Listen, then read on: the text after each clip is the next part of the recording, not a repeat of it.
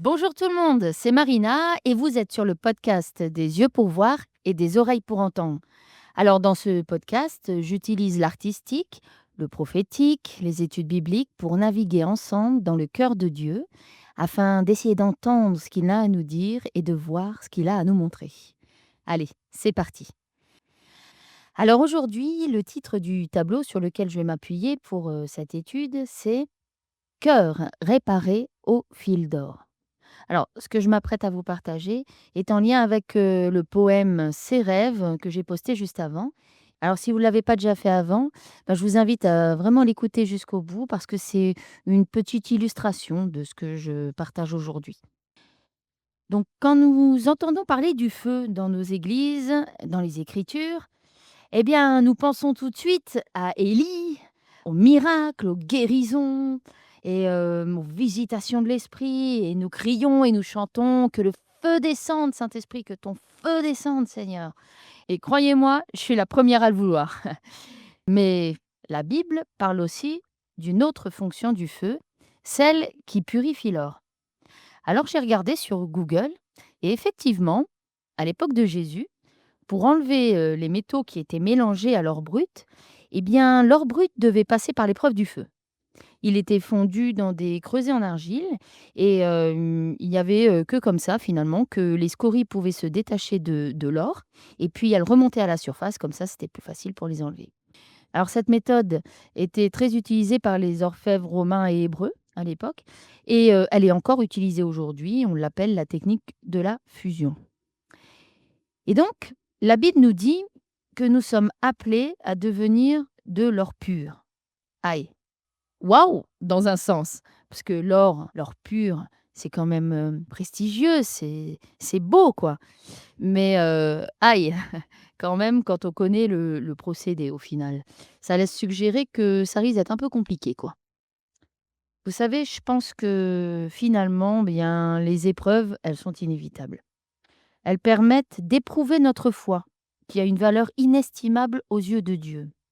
Dans 1 Pierre au chapitre 1, verset 7, nous pouvons lire que l'épreuve de notre foi, plus précieuse que l'or périssable, qui cependant est éprouvé par le feu, a pour résultat la louange, la gloire et l'honneur lorsque Jésus apparaîtra. Vous vous rendez compte à quel point notre foi a une valeur inestimable? Le résultat d'une foi éprouvée, eh bien, c'est la louange, la gloire et l'honneur pour nous et Jésus.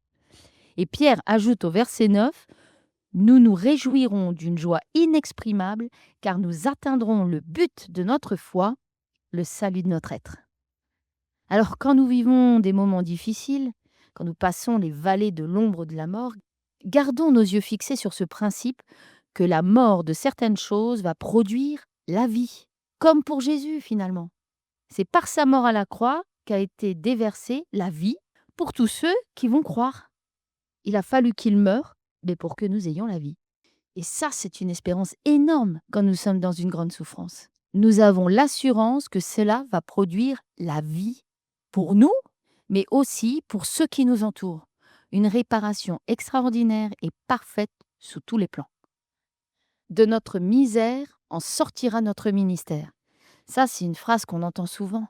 Mais oui, c'est parce que toutes ces difficultés, en plus de nous faire grandir, maturer, elles vont aussi constituer un témoignage puissant de vie et d'espérance pour toutes celles et ceux qui passeront par les mêmes épreuves que nous. Mais c'est vrai qu'avant ça, pendant que nous sommes dans le tourment de la tempête, n'oublions jamais que Jésus a promis d'être avec nous tous les jours, qu'il nous a promis la victoire, que nous serons certes accablés, mais pas écrasés, que nous serons peut-être dans la détresse, oui, mais pas dans le désespoir, que nous serons persécutés, mais jamais abandonnés, que nous serons jetés à terre, oui, mais pas anéantis.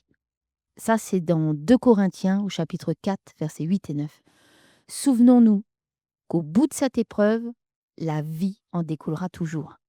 Car nous qui vivons, nous sommes sans cesse livrés à la mort à cause de Jésus, afin que la vie de Jésus soit aussi manifestée dans notre chair mortelle. Ainsi, la mort agit en nous et la vie agit en vous. C'est extraordinaire. Dieu, il est puissant. Et en plus, il nous rend participants de sa gloire. Dans ce verset de 2 Corinthiens, au chapitre 4, le mot vie, c'est le mot Zoé et il désigne une plénitude absolue de vie. Ma Bible d'études explique ce verset comme ça. Pour apporter la vie à une autre personne, nous devons avoir part aux souffrances de Christ et expérimenter l'action de sa mort dans notre propre vie. Le sacrifice de soi, les difficultés, la déception et les souffrances pour la cause de Christ nous permettront de communiquer la grâce aux autres. Non seulement Dieu nous promet qu'il est là pendant l'épreuve, il nous promet aussi la guérison, mais en plus la restauration. Et quel plus beau cadeau que nos épreuves puissent apporter la vie à plusieurs autres personnes. Quand Dieu répare, il fait pas à moitié. Allez, je vous laisse avec cette promesse et je pense et je prie pour ceux qui passent par l'épreuve du feu actuellement. Je sais, c'est pas facile, mais surtout n'abandonnez pas. Persévérez, car le bout du tunnel, il est glorieux. Allez, soyez bénis et n'oubliez pas, croyons à ce qu'on croit pour vivre pleinement l'évangile. Ciao, bye.